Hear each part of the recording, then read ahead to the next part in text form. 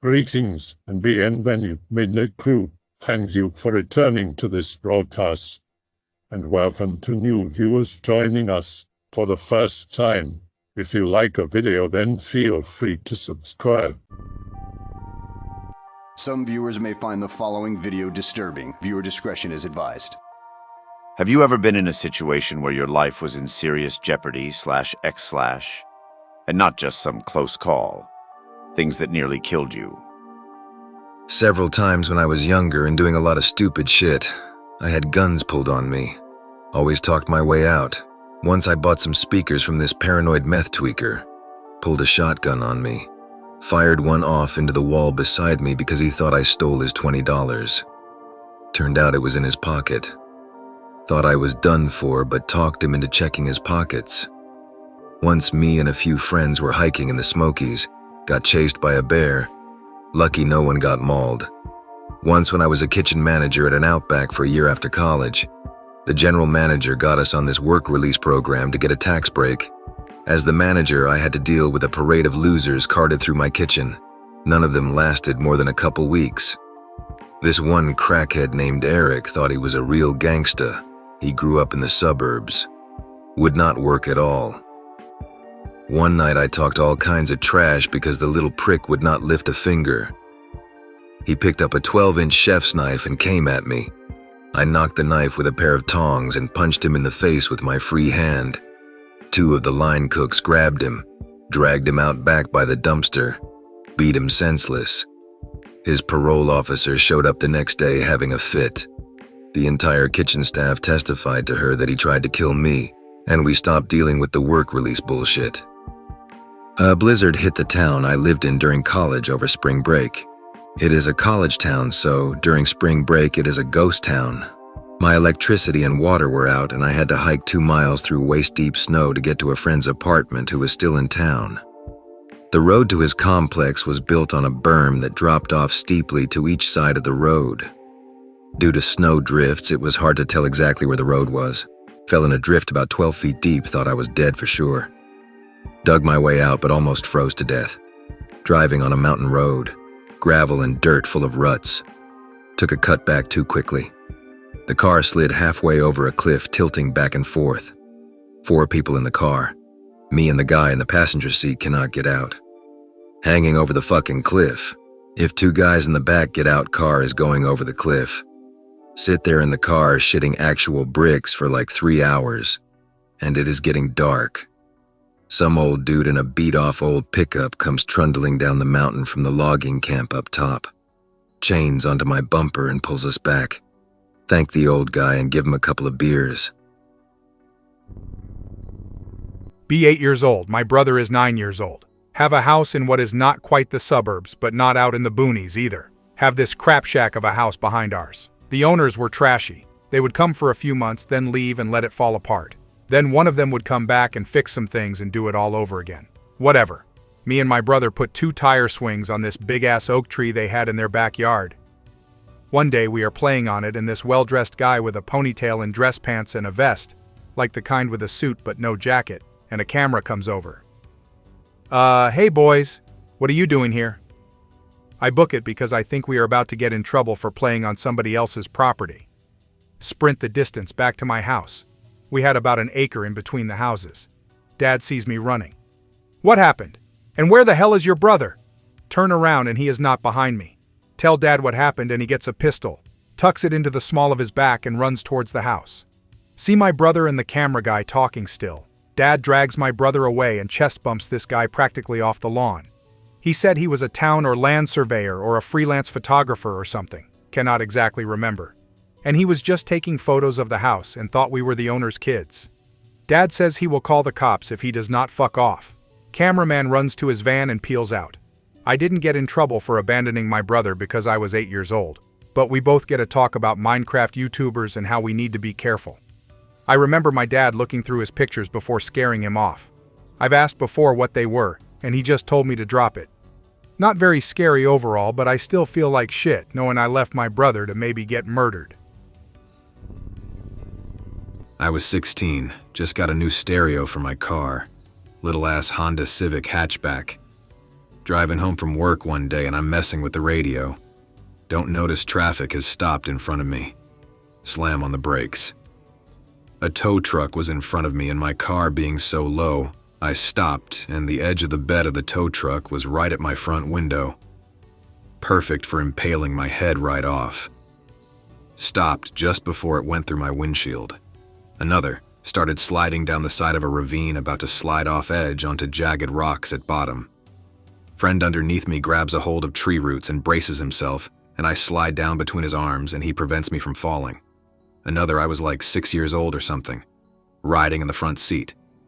Dad slams on brakes as I'm reaching for something on the floor.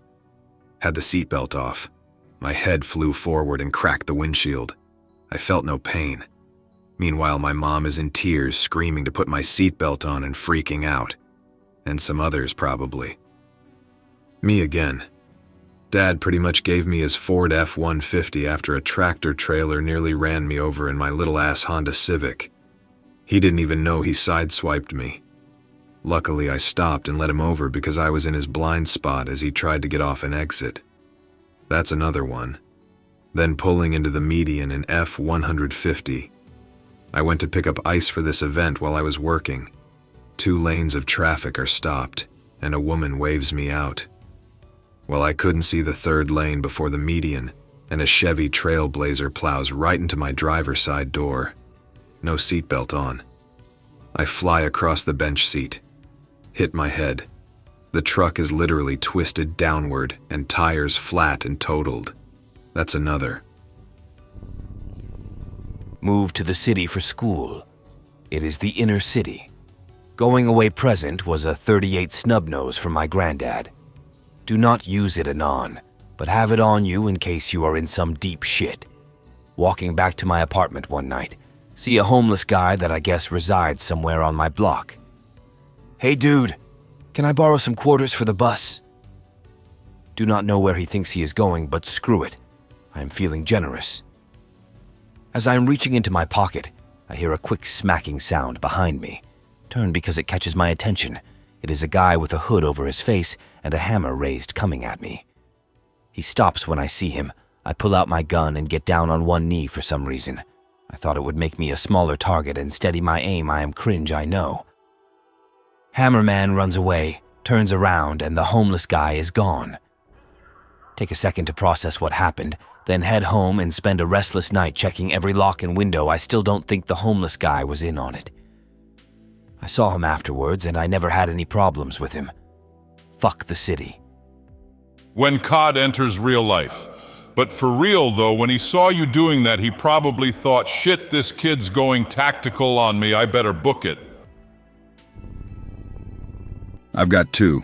First one, be like 16. Very friendly, always take time to speak with the homeless and volunteer at shelters. One day meet this one dude. Speaks to me about aliens and demons and shit for hours. Getting nervous. He asks me if I have money. Say no. Pulls a knife on me and tells me to walk to an ATM. Follow through with it. Get to the ATM, notice he is kinda distracted. Fucking runs so fast that the route I take, which usually is an hour to get home, took me 10 minutes. Never spoke to another homeless person again since. Second one, be this year. Dude breaks into my home in the afternoon while my wife is getting our car fixed. Little did he know I was napping. Wake up, instant pissed mode. Oh shit, he has a crowbar.jpg. Kick him in the stomach as hard as possible. He drops the crowbar. Fly into this wild rage and proceed to beat the guy senseless. Keep beating him until he stops moving. Call the cops. They arrive and he's dead, said I fractured his skull. I still hear him begging for me to stop. I feel so much guilt for killing him. I've been in therapy for about a month now since I killed the guy. The police decided not to charge me as I was proven to have had an appropriate response and that I administered first aid and tried for 20 minutes to revive him. Typing both these out, it was probably the hobo thing that made me kill him. That overall feeling of defenselessness. I still feel awful. I know the dude had kids because he cried for his daughter before one of the last blows knocked him out. I'm a fucking monster, /X/. B11, playing in the park with friends, riding the merry-go-round like a bunch of savage brutes. 3 guys on each side accelerating with their legs. Others were clinging onto the railings because of too much centrifugal force. Hands were sweaty, so I barely holding on. Grip loosens, I go flying off. Hit a slide head-on in mid-air. Fall on the ground. All other kids stop to watch. I get up. No pain. I mean, zero pain at all. Start going back to the wheel. Everyone is looking at me weirdly. Wipe my face with my sleeve to get the dust off. Blood. Run to Mum to tell her about this. Mum quickly drives me to the hospital. Pass out because of blood loss somewhere in the journey. Wake up next evening, sleepy with my head covered in bandages. Mum and Dad had to give me blood. B 2010, 19 at the time. Pretty into hard drugs, became homeless after struggling with depression, and found myself unable to cope with regular life. The group of dudes I have met are super into smoking dope and doing down, except this one dude, let us call him Andrew. Andrew smokes rocks, but only when he is alone. We always knew he was a bit sketchy. But when he was with us, he was chill, so whatever. Walking around in the river valley fairly quiet and secluded, Andrew says he has to meet a friend. Kinda sketch, but there are 4 of us, so we man up. Get to the meeting spot.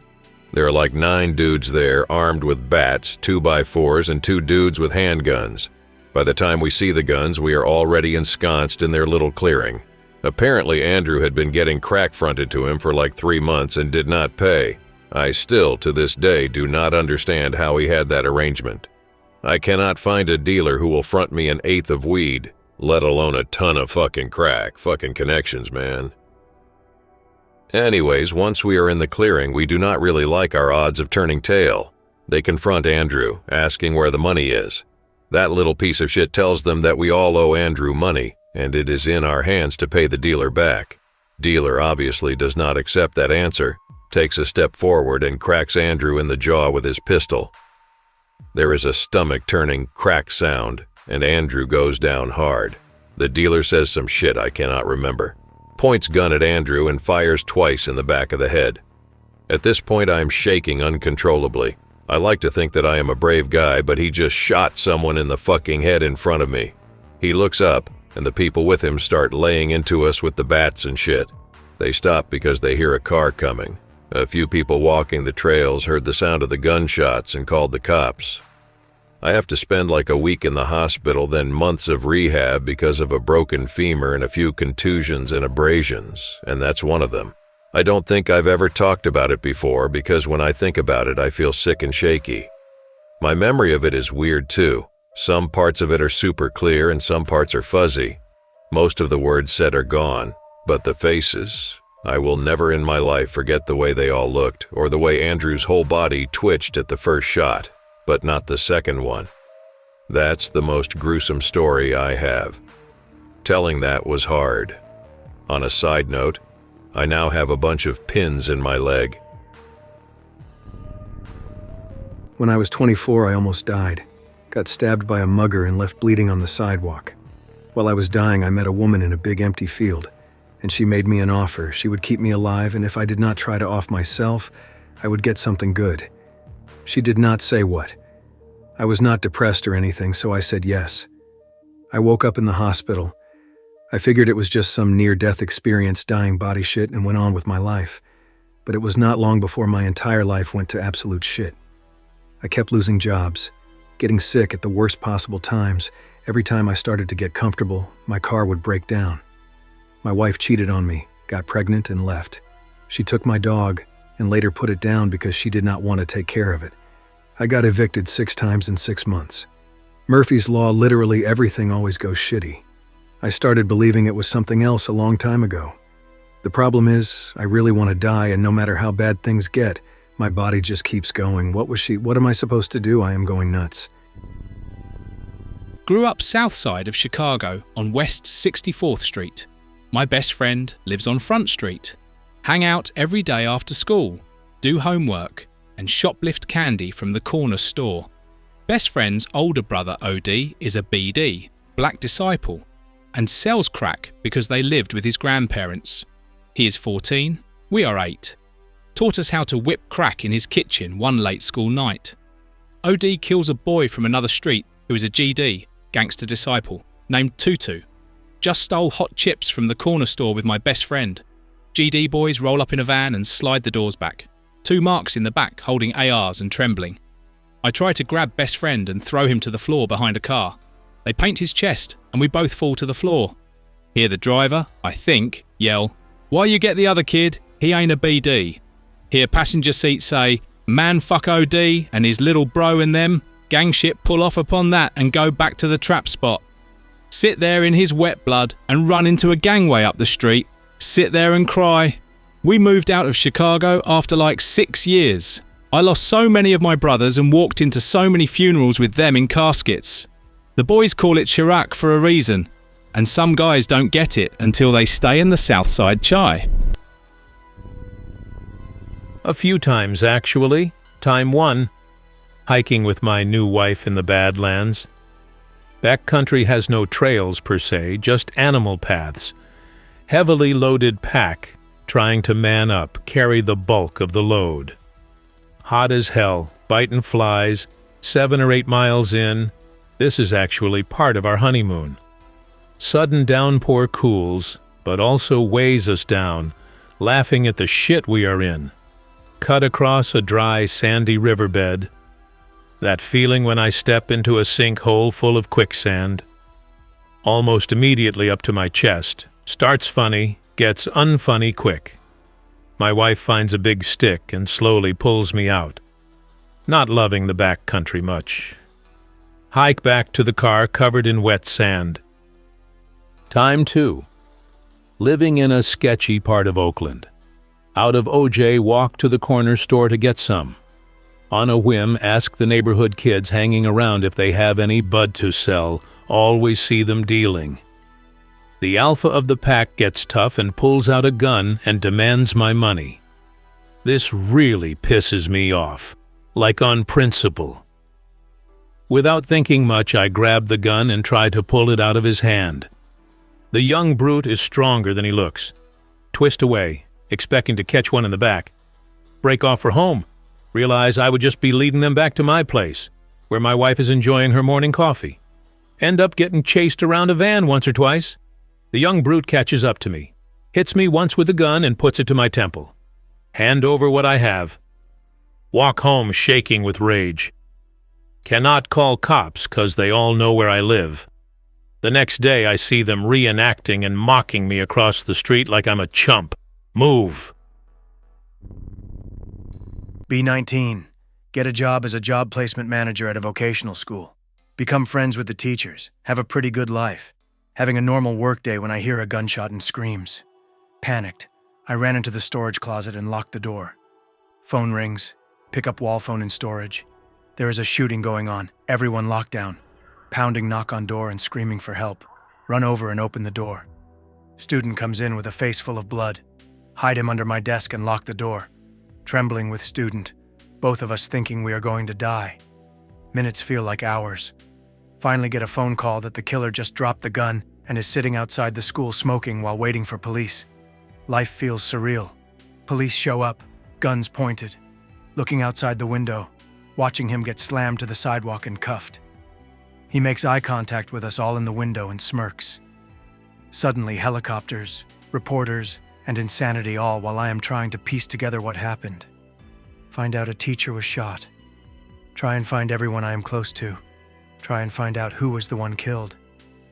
My stomach turns when I realize it was my friend I just had lunch with not even 30 minutes ago. I'm 23 now, and have become basically a shut-in, quit my job, quit my schooling. I'm a mess. I have at least 2 that I remember. Apparently there are more from when I was a toddler, but I can't remember those, so won't include them. Be 10 or 11, in big pretty magnolia in the front yard. I love that tree. About 10 feet up, foothold stumpy branch breaks. My body flips backwards, head down, catches about 2 feet from the ground, by my knee on another branch. Hurts, but right myself.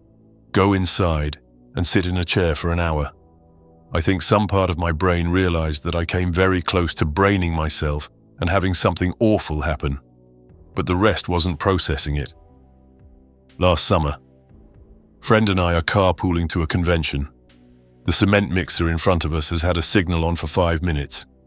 ample opportunity to move, has not. The signal must be on as a mistake, and does not respond to other cars flashing lights at him. Friend finally pulls to his right to pass, just in front of him, when there is a crunch and screech. Everything is both going too fast and very slow.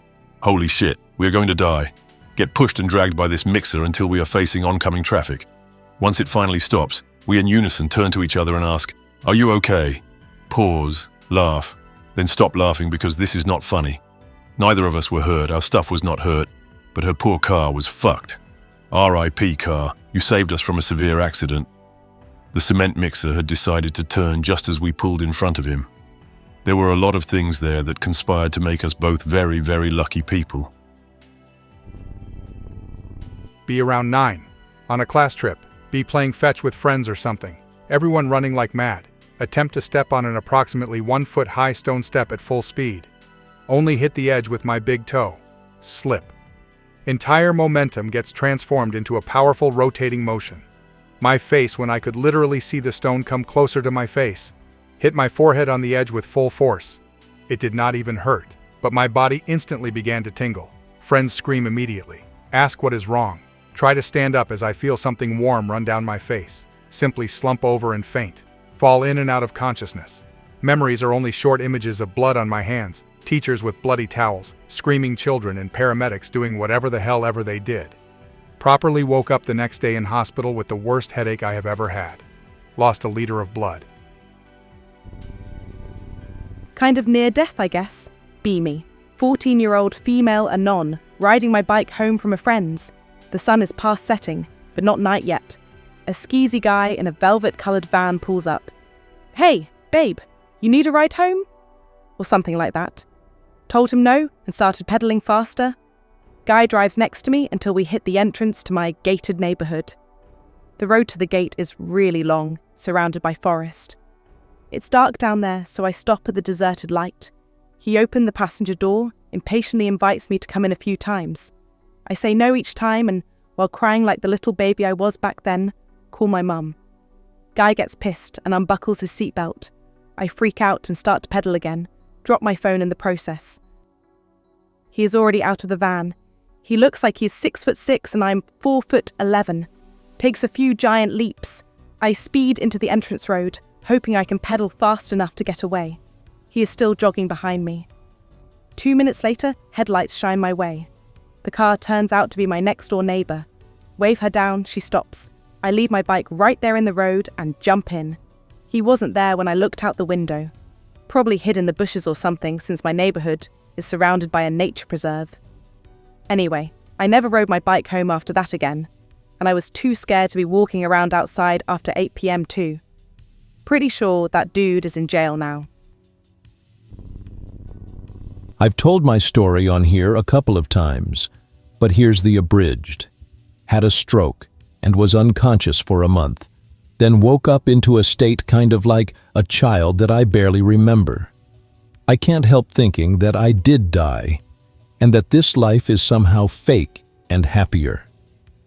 I'm losing a lot of weight, in a better mood, noticing general things about the universe more, and no longer have some problems that I did before with social anxiety and apathy. There's still half of my body I'm rehabilitating though. It sucks that it had to happen, but I wasn't going to change the million habits that lead up to it without something big like that. That's my one close call. As far as I'm concerned, I died the day I had the stroke, and it felt like nothing. They say I was resuscitated in the ambulance, but I haven't verified. I should send the ambulance and the ER docs a card. As far as I'm concerned, my personality got switched on later. Several months passed instantaneously, with fuzzy memories of the past couple of weeks. What close call experiences are you looking for? Because this is the furthest thing from the paranormal, I think. Spooky? Nah. We're all going to go sometime, and I guess that's what I learned.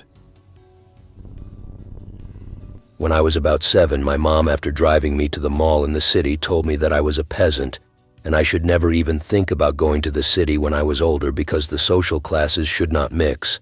and the only time I would be allowed to go to the city was with my parents because they are better than me. This upset me, so when she asked me what I wanted for lunch, I said nothing. She bought me McDonald's and I threw it away. That night, my parents did not give me supper, so the next day I did not eat breakfast and threw away the lunch they had packed me. That night, they did not give me supper either. Things continued like this for several days, and the starvation started to make me delirious. I hallucinated that I was floating outside of my body, flying over hills and meadows. Eventually, the hallucinations turned to night in the town I lived in, and there was a woman standing on the sidewalk outside a car looking at me. I do not remember her saying anything, but I felt deeply in love with her, and her presence was reassuring and filled me with happiness.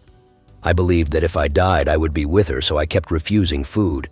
But my dad told me that I would meet her in the future, so I relented and started eating. When I was 19, I met a woman in real life who looked the same as the girl in the vision. She made me feel the same intense love and happiness too.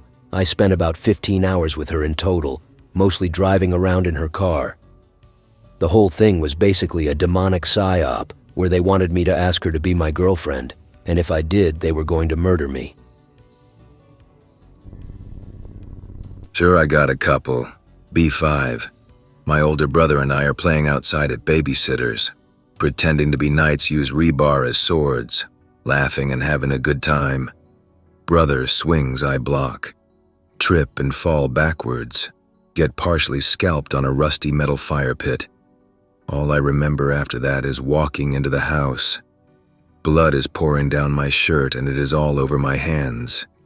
Another time I was nearly killed. Still 5. With my brother again. I'm sick with a real bad fever. Me and bro are watching Recess while our 15-year-old brother is making tomato soup in the kitchen. Get a great idea, let's see how many blankets I can be under. 5 or 6 blankets later, I am in a dank fever seizure. 6-year-old brother tells the 15-year-old to check out the funny face I'm doing. 15-year-old brother sees my face, blue eyes rolled back into head, picks me up and runs to our next-door neighbor who is a nurse. Get taken to hospital. Wake up next morning, dad is sitting in a chair near bed. Then there was the time I was 5 and I fell off the top of a seesaw and cracked my head on a stump. Haven't died yet. Another 2, B11. Everybody in the house gets the flu. About a week later, everyone is better but me. Have the worst thirst ever. Constantly drinking water. Wake up 8 times a night to drink water. Cannot eat either. Every time I eat, I vomit it back up 10 minutes later. Sleeping on the couch in the living room. Dog is sitting on the arm of the couch looking out the window. The dog hops down or slips and puts a claw into my ear. Now I have a giant pus sac in my ear and the right side of my face is swollen. I remember my mom draining it, cuts it open, then pushes from the front of my face to my ear, forcing the pus out. About a week goes by. Finally go to the hospital. The doctor checks me out, does a couple tests, comes back in. Your son has type 1 diabetes. We just called the stollery there waiting for you. Hop in the car, go to emergency. Have like 5 doctors trying to get an IV in me all at the same time. Despite drinking several gallons a day, I was completely dehydrated. So after an hour of getting stabbed with IVs constantly with no pain med, specialist comes down. Hear doctors saying either it is going in his jugular or in the artery in my thigh. The specialist gets one in my foot. Then treatment starts. I lost 16 pounds in 6 days. Night sucked. The kid across from me would have his bandages changed at night. Kidney transplant, I think it was. Doctors would be ripping these dry bandages that mended with his skin off. Those screams. Week later, I got out of the hospital. All in all, I highly recommend it. Oh, forgot to mention I had a bedside TV with cable dot watch disorderly conduct marathons all day while I was there. Chilling with bros, decide to go hang out in soft stone strip mines a few cities away. Meet a bunch of other guys, they seem pretty cool at first. They start drug talk, flash a bag of coke. Big whoop, we have all done that shit. Just carry on chilling and part ways eventually. Head deeper into the mine, drawing arrows on the walls to direct us back. 2 hours forward, deep in the mines. So, no cell phone reception, of course. Suddenly, tweakers from earlier show up. They have a fucking pit bull and an axe. Start talking shit. One of our guys is a shithead who thinks it is a good idea to talk shit back. 10-15 minutes of massive tension building up with two buff guys screaming nonsense at each other. Dog barking like mad, guy holding his chain is barely keeping it. Guys finally settle down. Tweakers leave, yelling, "Do not fucking dare follow us," as they do so. They take our path back. Guy with the axe starts scratching our fucking arrows off as they go. Waited a good amount of time, flashlights and phones slowly running out of battery. Luckily, the axe guy did not do a very good job scratching the arrows off, or we would have gotten lost for sure. Would not be the first time people went missing in there. No one knew where we were, and that /X/ is why I'm staying the fuck out of places like that from that moment on. I hope that you enjoyed tonight's broadcast. If you enjoyed tonight's story, then please subscribe to the channel, as more Greentext will appear daily. A new broadcast will appear when the clock strikes midnight Central Time.